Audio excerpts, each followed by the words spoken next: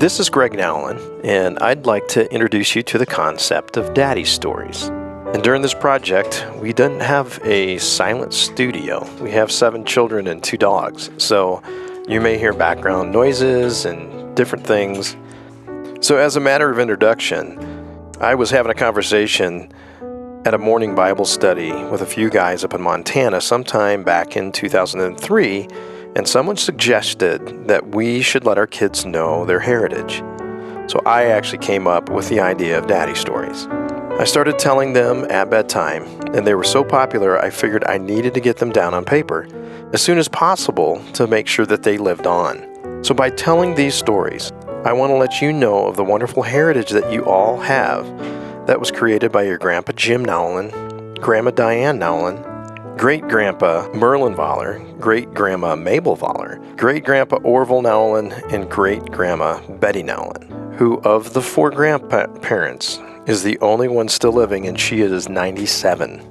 So you have a great deal of history on Mom's side of the family too, but the book you are reading now is about how I grew up, so Mommy stories will have to be a future volume. The most important thing I want to convey is that God has put us together as a family, and He cares about how we present ourselves to the world.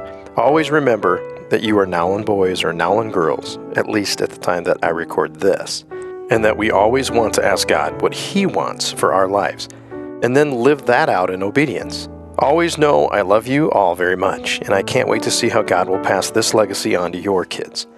I've left blank pages at the end of this volume, so it's your responsibility to carry out the tradition through your daddy or mommy stories. You can start by writing them right in this book.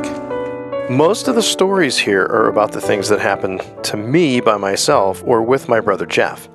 I was looking over the stories as I was getting ready to publish, and I realized I didn't have much about my sister Kristen. We did have a great relationship. She just didn't get in trouble with Jeff and I that I can recall.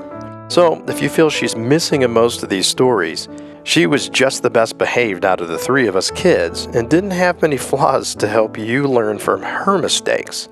But we, on the other hand, were typical boys. So this is the first of 2 volumes, and I look forward to a completed project in God's timing. Love, Daddy.